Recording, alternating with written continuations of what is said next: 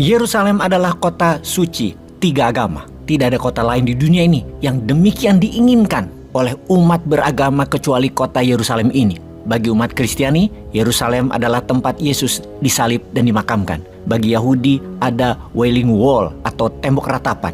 Tembok ratapan atau tembok barat atau kosel dikenal dalam Islam sebagai tembok burak, adalah tembok kapur kuno yang terdapat di kota lama Yerusalem yang penting dan dianggap suci oleh orang Yahudi. Kosel tersebut adalah sisa dinding bait suci di Yerusalem yang dibangun oleh Raja Herodes. Bait suci itu hancur ketika orang Yahudi memberontak kepada kerajaan Romawi pada tahun 70-an Masehi. Dari panjang tembok aslinya sekitar 480 meter, sekarang sisanya hanyalah 60 meter. Orang Yahudi percaya bahwa tembok ini tidak ikut hancur sebab disitulah terdiam Shekinah, yaitu kehadiran ilahi. Jadi berdoa di situ sama artinya dengan berdoa kepada Tuhan langsung. Disebut tembok ratapan karena di situ orang Yahudi berdoa dan meratapi dosa-dosa mereka dengan penuh penyesalan agar disucikan. Selain mengucapkan doa-doa, mereka orang Yahudi juga meletakkan doa mereka yang ditulis pada sepotong kertas yang disisipkan pada celah-celah dinding itu. Dinding ini dibagi dua dengan sebuah pagar pemisah untuk memisahkan laki dan perempuan.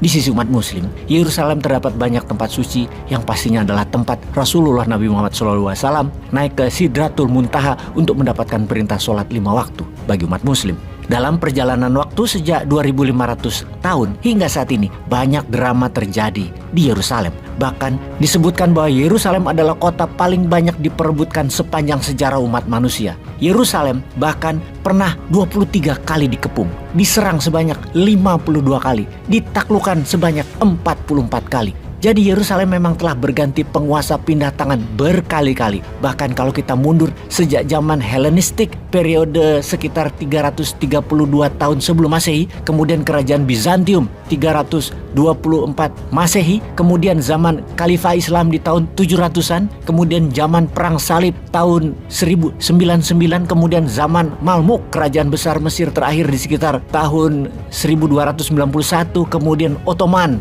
Periodenya adalah sekitar tahun 1517, kemudian di 1917 British Mandat, dan kemudian di 1948 negara Israel berdiri di tanah Palestina yang mengendalikan Yerusalem dengan tangan besi pada saat ini. Tanah Palestina, benar, tanah Palestina. Ini sejarah singkatnya dipandang dari sisi Nasrani. You remember when Bibles were like this in homes and in churches? Every church had a Bible like this.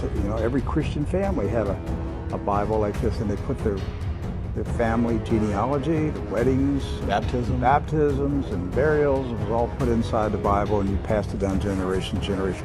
This particular Bible was published in 1905. Now, the reason I brought it out is that I want to show a map that's in this Bible. Now, mind you, the Scofield Bible was not published until 1913.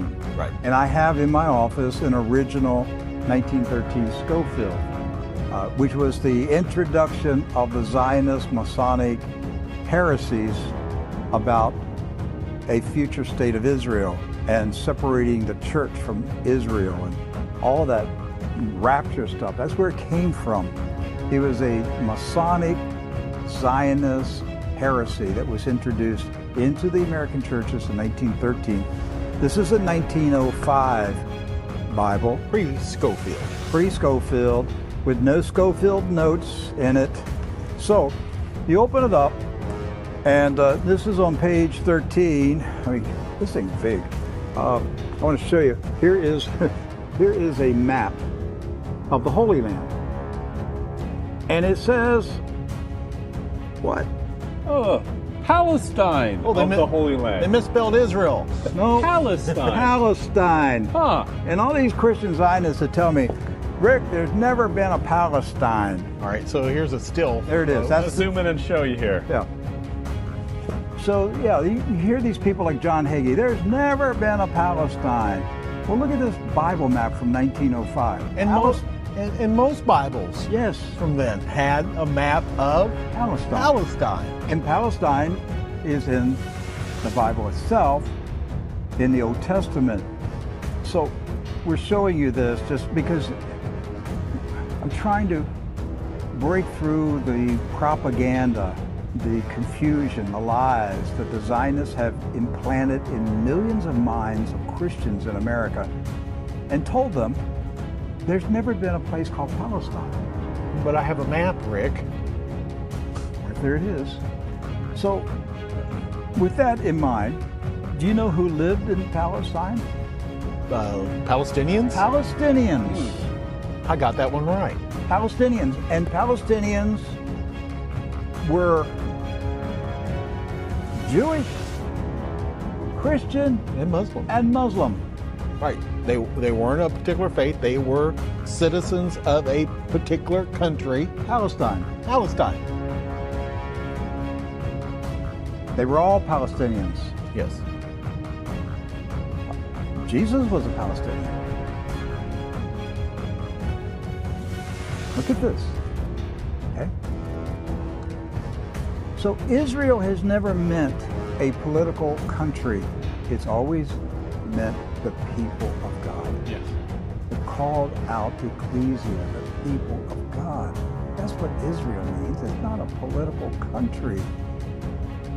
With that in mind, we're going to show you some of the scenes of the violence that's taking place in Palestine this week, because here's what's happened following the 1917 Jewish Bolshevik Revolution in Russia, where the Jewish Bolsheviks went in and slaughtered the Romanov families in a satanic ritual, imposed communism on Russia, killed hundreds of thousands, literally millions of Christians, hundreds of thousands of Christian Orthodox pastors, and burned their churches, and just a horrible attack on the Russian church in 1917 and afterwards.